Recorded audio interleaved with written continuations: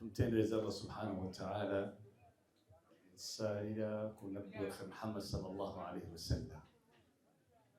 Nimusanyufu nnyo okubeera wano wakati mu baganda bange naye nga ekitukungaanyiza nga abaseeka basomesezza tukungaanye wano leero kuwa Allah subhanahu wa ta'ala era nniya tugireete ffenna nga nniya yaffe tuzze wano kusaavinga Allah subhanahu wa ta'ala, tuzze wano nga tewali kirala kituleese okujjako Allah. Agamba Nabbi sallallahu alayhi wasallam mu hadiisi entuufu, almasjidu baitu kulli taqi, nti omuzikiti ennyumba ya buli muti wa Allah subhanahu wa ta'ala. Buli atya Allah subhanahu wa ta'ala, buli mukkiriza atya Allah, omuzikiti nyumba ye. Amakulu nga tonnalowooza kuzimba ploti yo oba ennyumba yo, sooka olowooza ogambe ennyumba yange nganze omukkiriza, omuzikiti guliwa? Ate omuzikiti si kubeera nti tugusaaliramu nti ngenze ku muzikiti kusaala, omukyala n'agamba kangende ku muzikiti ku Lwokutaano. Edda, omuzikiti center ye paliamenti yaffe ng'Abasiraamu. Omuzikiti paliamenti yaffe. Beera tulina obuzibu tugenda ku muzikiti, omufu tumusaalira ku muzikiti, tulina obuzibu ku kaalo tugende w'abayimaamu ku muzikiti, tuteesa gundi nga sikyakulaba oli mulwadde oliwa nga simulabye ennaku zino tabeerawo ku muzikiti, tigundi yaliwa safaari sikyamulaba mu muzikiti. Kitegeeza ffe omuzikiti ye kanso yaffe. Era Nabbi sallallahu alayhi wasallam baatiisizanga omuntu kye yasooka okukola, community yonna kyerina okusooka okukola nga wonna weetuuse kuzimba muzikiti. Nabbi sallallahu alayhi wasallam e Madiina yasooka kuzimba ennyumba ye, bwe yatuuka e Madiina yazimba muzikiti. Amakulu nga tonnasindika ssente zigenda okugula poloti e Uganda, sooka ogabe katusooka tuzimbe omuzikiti gwaffe, oluvannyuma tuzimbe ki? Tuzimbe poloti. Allah subhanahu wa ta'ala ajja kukuteeramu baraka buli kyokola. Empeera z'okuzimba omuzikiti si muzikiti oba ennyumba mu jjana, wabula n'emirembe, ebirungi, riziki, buli kimu ekiri mu dunya Allah kikuwa olw'okuba owaddeyo ku lwa Allah subhanahu wa ta'ala. Allah agamba mu Qur'an, fa amma man a'ta wattaqa wa saddaqa bilhusna fasanuyassiruhu lilyusra. Omuntu yonna awaayo, amma man a'ta wattaqa, n'atya Allah. Bibiri, kuwaayo na kutya Allah.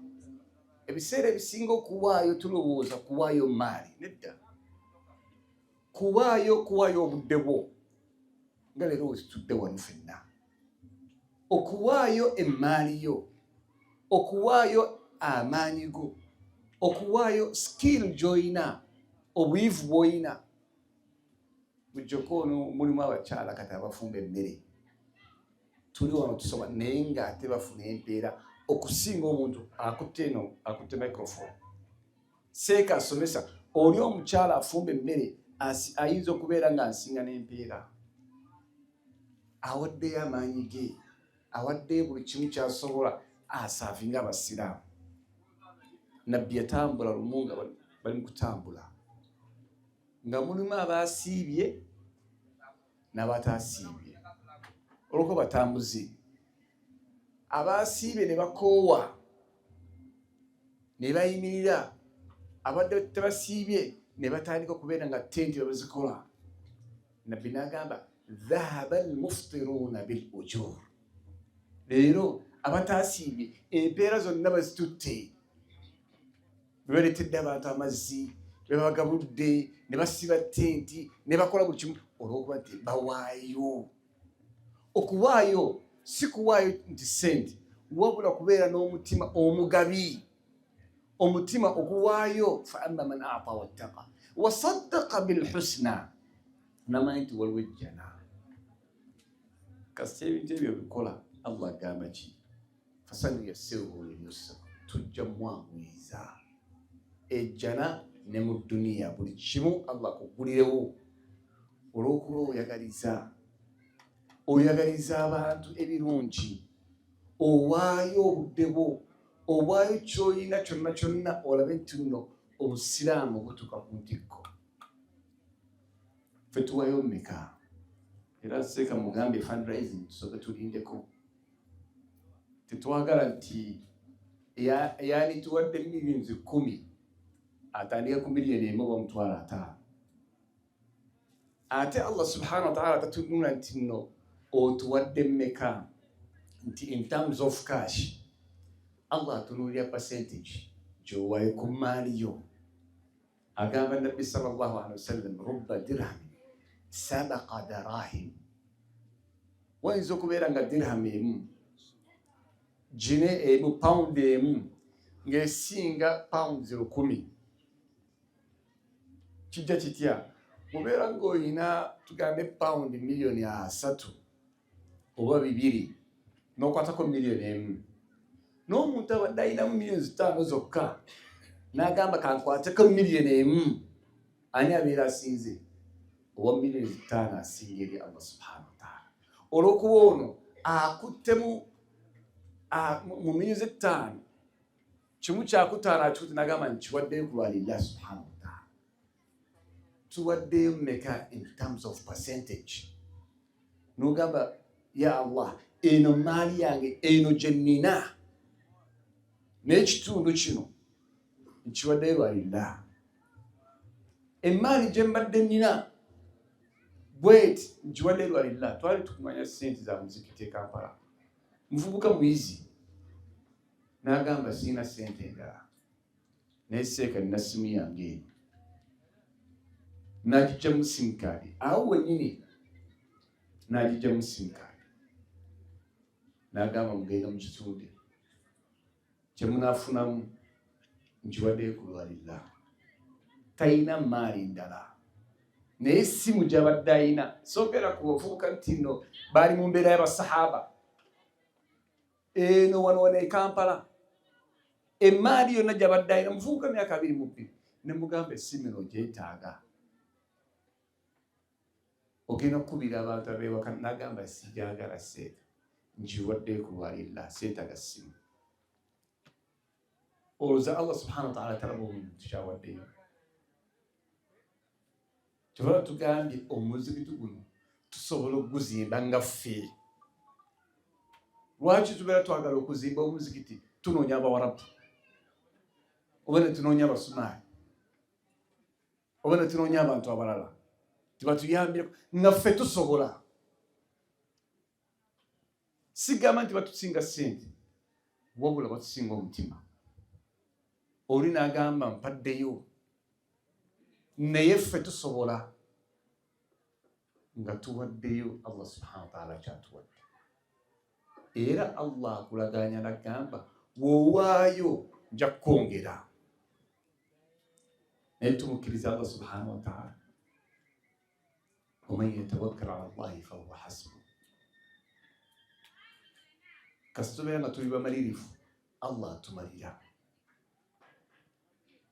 Bwe tuzimba omuzikiti wano, n'abaana baffe kyakulabirako. Ne bannayuganda bonna banajja e Sudan wano, South Sudan, bajja gamba abasajja n'abakyala baali tebalina. Sigamba nti baali balina ssente nnyingi, naye baawaayo ne bazimba omuzikiti. Ffe tugenda kukola ki? Ogenda okulaba nga wonna bakulawo nga bagamba omuzikiti gwafuuze. Olaba bajjajja baffe, olaba bataata baffe baagula ekifo kyo nga tebalina bulungi, ate kati ffe tuzimba community. Tuzimbe community nga tugizimba nti nno ffe tugenda gifunamu. Omuzikiti guno tuyinza n'okumala nga tugusalidde mu ffe.